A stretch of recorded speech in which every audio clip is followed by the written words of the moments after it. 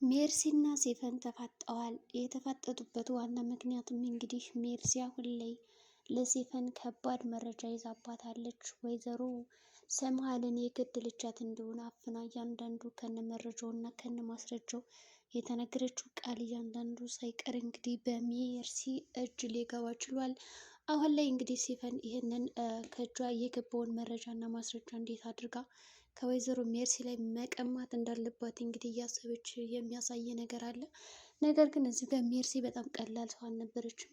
በመጀመሪያ ምን እንግዲህ ጠርጥሬ ነበረ ወይዘሮ ሰምሃል እንደሞተች ሲፈን ከላይ ቁጭ ብላ ምን ላሰብ እችላለሁ የሚል እንግዲህ ሀሳብ ስታወራ በስልኳ እንግዲህ ይዛ እየቀረጸቻት የሚያስመስል ነገርም ነበረ። በዛ ቅጽበት እንግዲህ አጀሪት ቀርጻታለች ማለት ነው። እያንዳንዱ ነገር በመረጃ ይዛለች። ይህም እንግዲህ እንዴት ሊሆን ይችላል በማለት ትጠይቃን ነበረ። ሜርሲም እንግዲህ ለምንድን ነው የገደልሻት በማለት ወይዘሮ ሲፈንን ስታፋጥጣት ነበር ማለት ነው። ሲፈንም እንግዲህ አሁን ላይ የዴፍኒ ልጅ እንደሆነች ታውቃለች። ዴፍኒ ማናት የሚለውን መረጃ እንግዲህ ያጣራች ትገኛለች ማለት ነው።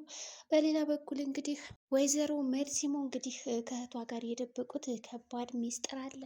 እህቴ አይዞሽ፣ የገደለሽ ሰው በእርግጠኝነት ፈልጌ ያገኘዋለሁ፣ እንዲሁም ደግሞ የእኔና አንቺ ሚስጥር እየተጠበቀ ይሆናል፣ ያ እጅ ደግሞ የገሌ እጅ ነው በማለት እንግዲህ ማን እንደገደላት እንዲያወራትና እንዲሁም ደግሞ ሰዎችን ፈልጎ እንዲያገናኛት ስታደርገው የነበረው ጥረት አለ ማለት ነው። እንግዲህ ለራሷ ሰው ደውላ አፋልግ የሚል መልእክት ሰጥተዋለች። እሱም እንግዲህ ችግር የለውም እኔ ፈልጋለሁ ማን እንደላከለት በማለት እንግዲህ ነው ያለ ማለት ነው። አሁን ላይ አጅሬ ማለት ነው እንግዲህ አቶ አምነን የልጅ አባት ሊሆን እንደሆነ ተነግሮታል። ታዲያ በመነገሩ ደስተኛ አይደለም። በአሁኑ ሰዓት እናቴ ሞታ ምንም የሚያስደስተኝ ነገር የለም ብሎ ነው የሚያስበው። እናም እንግዲህ ልጅን አምነ መቀበል አለብህ እያለችውም ነው የነበረ። በእርግጥ እንግዲህ አጅሪት ጀሪ ደስ ብሏታል በማርገዟ። ምክንያቱም የልጅ ወራሽ ነው ብላ ስለምታስብ እንግዲህ ልጅ ከወለድኩለት የአምነን ሀብትና ንብረት በእኔ ስም ይሆናል ብላ ስለምታስብ እንግዲህ ዋና አላማዋ ከዛ ቤት የገባችበት የሚገርማችሁ ነገር ገንዘብ ነው። እንግዲህ ለገንዘብ ብላ ነው እንግዲህ አምነን እንደዛ ያደረገችው። እናም እንግዲህ አሁን ላይ ገንዘብ የተመሰረተ ፍቅር ያው መጨረሻው እንግዲህ ሊያበቃ ይችላል አይታወቅም። እንግዲህ በዛ በኩል ደግሞ ቤሊን በጣም ወደው ስለ እርግዝናዋ ስትሰማ በጣም ነበር የተናደደችው። እንዲሁም ደግሞ ለጀሪ ልትተውላት እያሰበች እንግዲህ እየወደደችው ከአምነን ለመራቅ ተገዳለች ማለት ነው።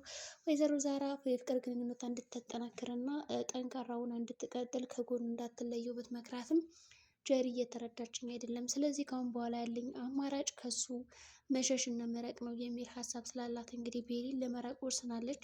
የሚገርማችሁ ነገር እንግዲህ አጅሪት ጀሪ ቀላል ሰው አይደለችም ማለት ነው። በውቃ ነገሮችን እያኮላተፈች እየተናገረች፣ ነገር ግን ግቧ ያንን ቤት ሙልጭ አድርጋ ባዶ እጁን ማስቀረት ነው። እንግዲህ ልክ እዛ ቤት የገቡበት ሁሉም ሴቶች እንግዲህ ከነዛ መካከል ሲፈን ለበቀል ነው የገባችው። ጀሪ ደግሞ ለገንዘብ ነው የገባችው። እስካሁን እንግዲህ ወይዘሮ ሜርሲ ለምን እዛ ቤት እንደገባች እንግዲህ የታወቀ ነው። በእርግጥም ከወይዘሮ ሰምሃት ጋር ቀንደኛ ጠላት ናቸው። ስለዚህ አራት ሴቶች እንግዲህ የዛን ሀብትና ንብረት ለመውረስ ሆን ብለው ተቅደውና እንዲሁም ደግሞ ተዘጋጅተውበት ነው የመጡ። በመጀመሪያም እንግዲህ ሲፈን መግደሏን አሳክታለች። የመጀመሪያ ሙከሯ ቢሆንም ነገር ግን አሁን ላይ ሲፈን አደጋ ወይም ደግሞ ችግር ውስጥ ሊከታት የሚችል ትልቅ ነገር አለ።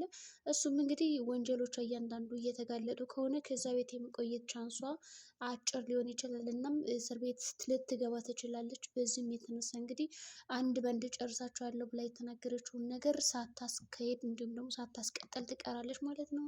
በዛ ምክንያት እንግዲህ አሁን ላይ ወይዘሮ መርሲና ፍተሻ እያደረገች ነው።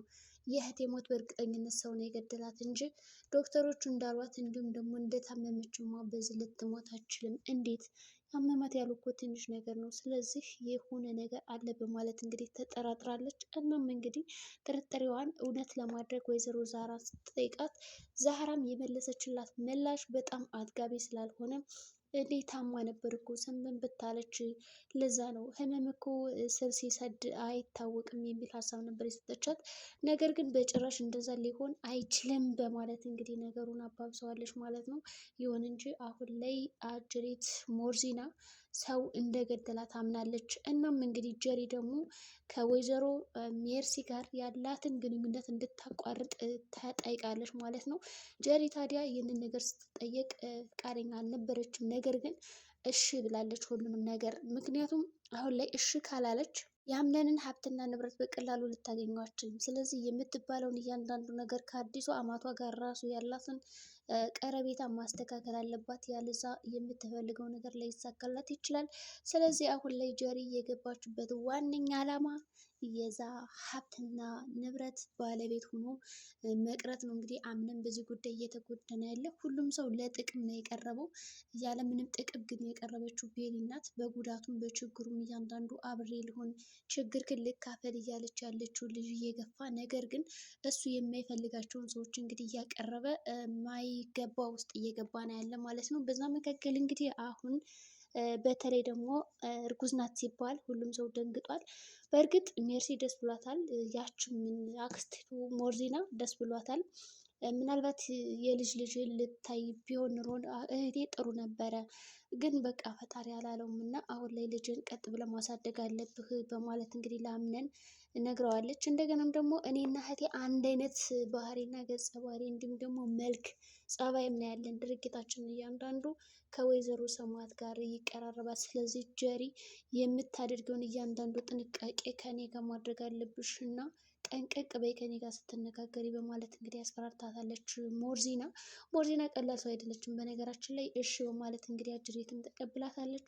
በሌላ በኩል እንግዲህ አሁን በጣም ወሳኙና አንገብጋቢው ነገር አምነን እርግጠኛ ነሽ ግን ይሄ እርግዝና ሲፈጠር ምንም ነገር አላደረግሽም፣ የሆነ የጨመርሽው ነገር የለም የሚለውንም ጥርጣሬ ውስጥ አስገብተዋል ማለት ነው። በዚህም መካከል እንግዲህ የሆነ ነገር እንዳደረገች ተሰምቶታል። ነገር ግን አሁን ላይ ካለበት ሀዘን ውስጥ መውጣት አልቻለም። ምክንያቱም ስለ እናቱ ብቻ ነው እያሰበና እያስታወሰ ያለው።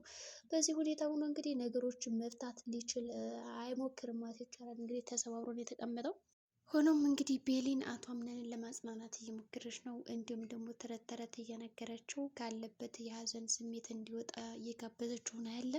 እናም እንግዲህ እንዴት አድርጋ እንደምታስወጣው እያሰበች እያለ በዚህ መካከል እንግዲህ ከወይዘሮ ዛራ ጋር ሄዳ እኔ ለሰዎች ስል መኖር የለብኝም ከዚህ በኋላ ህይወቴን መቀጠል አለብኝ የሚል ሀሳብ ስታታለች። እንግዲህ ዛራም ተረጋጊ፣ በውሳኔዎች አትቸኩይ እያለች እየመከረቻት ነው። ምክንያቱም አሁን ልጅ ቢኖረውም ላይሳካ ይችላል። ስለዚህ ጠብቂ በተስፋ አንድ ቀን ያንቺ ይሆናል እያለች እንግዲህ እየመከረቻት ነው ያለ አምነንም እንግዲህ አሁን ላይ ምንም ነገር ማሰብም ሆነ ምንም ማድረግ አይችልም። እንደገና ደግሞ አንቺን ልጎዳሽ አልፈልግም ይላታል። ይወዳታል። ነገር ግን አሁን ላይ ደግሞ አጠብቂ ውስጥ ነው የገባ። እንግዲህ ጀሪ በቀላሉ የምትፋታው አይደለችም። እንደገናም ደግሞ ቤሊንን ማሰቃየት ትጀምራለች። በእርግጠኝነት ወደፊት እንግዲህ የሚፈጠረው አይታወቅም። ገና ለገና ተኝቶ የቤሊን ስም ጠራ ብላ እንግዲህ ከቤሊን ጋር ነው እንግዲህ የጮችባት። ምክንያቱም እንዴት ነው እኔ ሚስቱ እያለሁ ያንቺን ስም ሊጠራ የሚችል በማለት እንግዲህ አምባገነን ተነስተዋል። ስለዚህ አጅሪት ሞርዚና በጣም ከባድ ውሳኔዎች የምታደርግ ይመስለኛል። በሌላ በኩል ደግሞ አምነን ራሱ ምን ማድረግ እንዳለበት አሁን ላይ እያወቀ አይደለም። ብቻ ነገሮቹ በጣም ውስብስብ ብለዋል።